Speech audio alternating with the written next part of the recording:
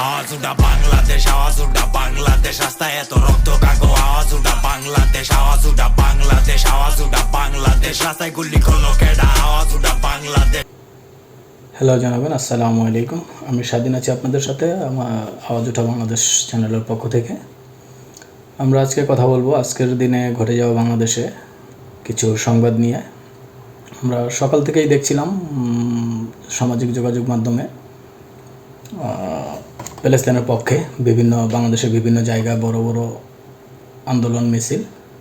এই প্রেক্ষিতে আমরা যদি কথা বলতে চাই, আমরা জানি আমাদের বর্তমান বাংলাদেশের আইনশৃঙ্খলা পরিস্থিতি খুব একটা শক্ত অবস্থানে নেই, একটা ভঙ্গুর পরিস্থিতিতে এখনও আছে।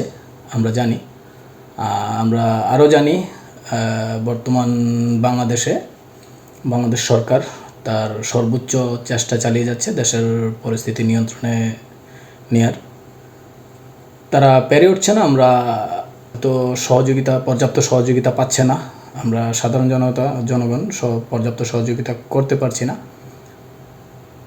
এই পরিস্থিতিতে আমরা যখন একটা আন্দোলনের ডাক দেই, একটা জনসভার ডাক দেই, আমাদের অবশ্যই খেয়াল রাখতে হবে যে আমাদের বর্তমান পরিস্থিতি, আমাদের দেশের আইনশৃঙ্খলা পরিস্থিতি কেমন। তো আমরা দেখলাম সারাদিন আমরা সোশ্যাল মিডিয়ার মাধ্যমে, সামাজিক যোগাযোগ মাধ্যমে, ফেসবুকে বা ইউটিউবে আমরা যে সকল সংবাদ দেখেছি, দেশের বিভিন্ন জায়গায়, সিলেটে, ঢাকায়, কুমিল্লায় কেএফসির রেস্টুরেন্টে বা কেএফসির প্রতিষ্ঠানে হামলা হয়েছে, ভাঙচুর হয়েছে। আমরা দেখেছি বাটার শোরুমে ভাঙচুর হয়েছে, লুটপাট হয়েছে। আমরা দেখেছি বিভিন্ন জায়গায় প্যালেস্তাইনের বিপক্ষে কাজ করা সেই দেশের বিভিন্ন প্রোডাক্ট যারা রাখছে সেখানেও হামলা হওয়ার ঘটনা আমরা শুনেছি। এবং আরেকটা নিউজ আমরা যদি খেয়াল করি, বিবিসি নিউজ একটা সংবাদ প্রকাশ করেছে, সেখানে তারা বলেছে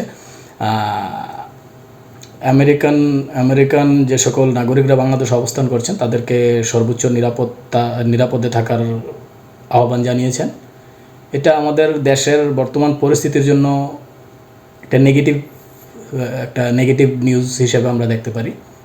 সো এই পরিস্থিতিতে আমরা যারা বিভিন্নভাবে, বিভিন্ন সময়ে, বিভিন্ন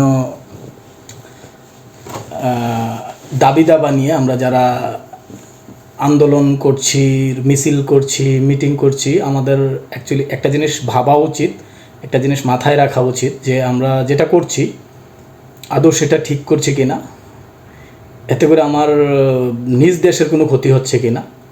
আমরা জানি 5ই আগস্টের পরে আমাদের বাংলাদেশের যে সরকার বা প্রশাসনিক ব্যবস্থা সেটা খুবই দুর্বল অবস্থা এখনও আছে। সো আমরা যেটা করব, আমরা কালকে একটা জনসভা করব, কালকে একটা মিছিল করব, একটা মিটিং করব, সেক্ষেত্রে আমাদের খেয়াল রাখা উচিত যে আমাদের বর্তমান আইন শৃঙ্খলা পরিস্থিতি কেমন।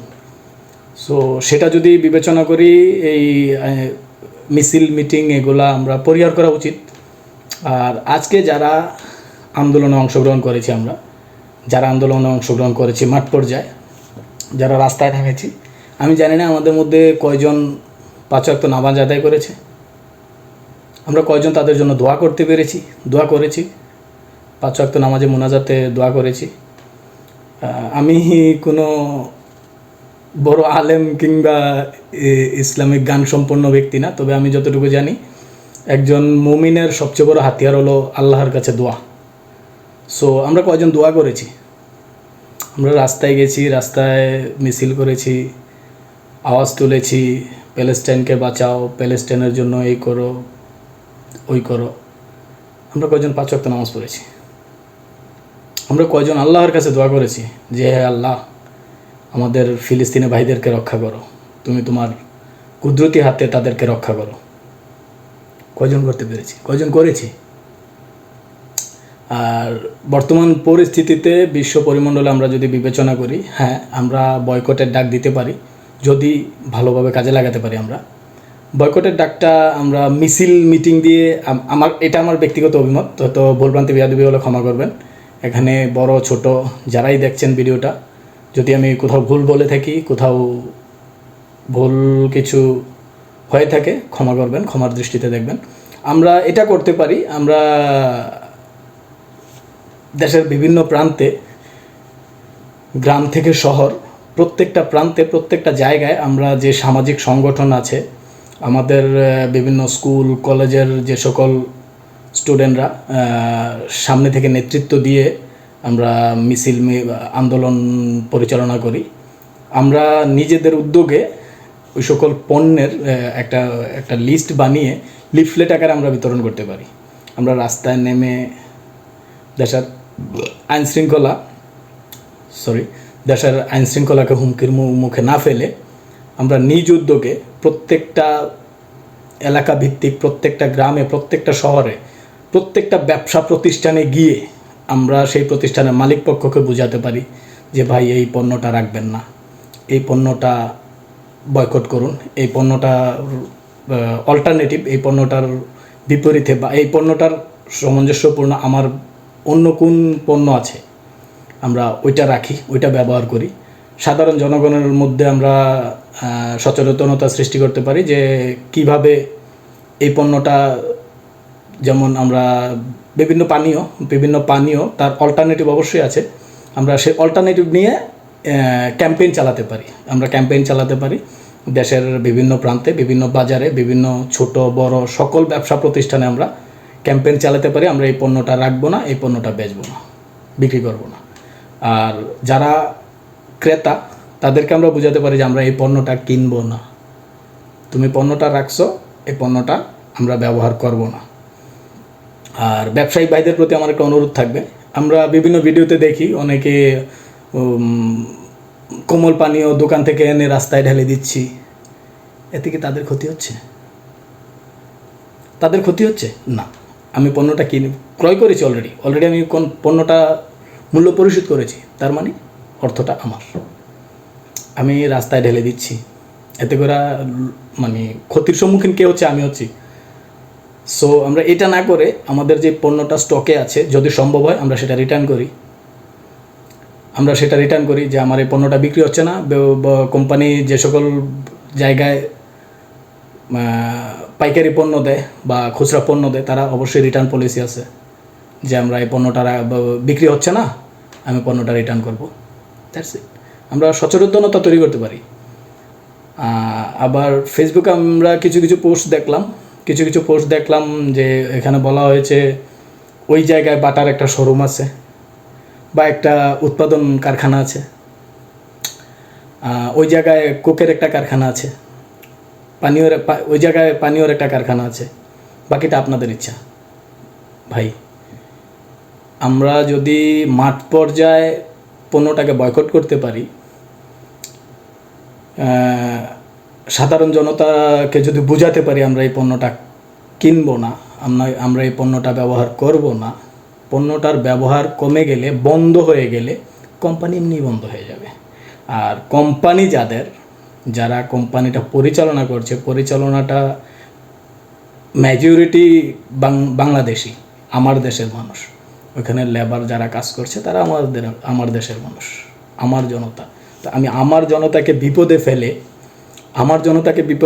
আমার দেশের ব্যবসায়িককে লোকসানের সম্মুখীন করে আমি কি আদায় করতে চাচ্ছি? পরিশেষে এটাই বলবো, আমরা শুধু যে একটা বিষয়, এই বিষয় না, যে কোনো বিষয়ে আমরা মাঠে নামার পূর্বে, রাস্তায় আসার পূর্বে আমরা ভাববো, আমরা চিন্তা করব যে আমাদের দেশের বর্তমান আইন শৃঙ্খলা পরিস্থিতি কেমন। সেই পরিস্থিতিতে আদৌ রাস্তায় একটা বিশৃঙ্খলা সৃষ্টি করে কি আদায় হবে। তো পরিশেষে এটাই বলবো, আমরা আমাদের জায়গা থেকে ওই সকল পণ্য যেগুলো বয়কট করা উচিত, আমরা ওই সকল পণ্য বয়কট করব এবং বয়কট করতে সাধারণ জনগণকে উৎসাহিত করব এবং তাদেরকে হাতে ধরে দেখিয়ে দেব এই পণ্যটা আমরা বয়কট করতেছি, এই পণ্যটা আমাদের বয়কট করা উচিত। আমরা প্রত্যেকে নামাজ আদায় করব, আল্লাহর কাছে দোয়া করব, আল্লাহর কাছে দুই হাত তুলে দোয়া করব, ফিলিস্তিনকে রক্ষা করুন, ইয়া আল্লাহ, ফিলিস্তিনকে আপনার কুদরতি হাতে রক্ষা করুন। আপনি মালিক, আপনি আপনার সৃষ্টির রক্ষা করুন। ধন্যবাদ সবাইকে। আমরা এতক্ষণ যে কথাগুলো বললাম, কথাগুলো যদি ভালো লাগে তবে কথাগুলো শেয়ার করে দিতে পারেন, আপনার বন্ধুর সাথে শেয়ার করতে পারেন। আর ভুলভ্রান্তি বেয়াদবি থাকতে পারে, ভুলভ্রান্তি হতে পারে, মানুষ মাত্রই ভুল মানুষই করে। যদি কোনো কথা ভুল বলে থাকি, কারো মনে আঘাত করে থাকি, ক্ষমা দৃষ্টিতে দেখবেন এবং ক্ষমা করবেন। আর ভুলভ্রান্তিগুলো ধরিয়ে দেওয়ার চেষ্টা করবেন। যেখানে ভুল বলেছি কমেন্টস বক্স খোলা আছে, কমেন্টস করে বলবেন যে এই জায়গায় ভাইয়া ভুল বলেছেন, এটা এভাবে না ওইভাবে। অবশ্যই সাজেস্ট করবেন যে ভুলভ্রান্তিগুলো শুধরে নেবার সুযোগ দেবেন। ধন্যবাদ সবাইকে।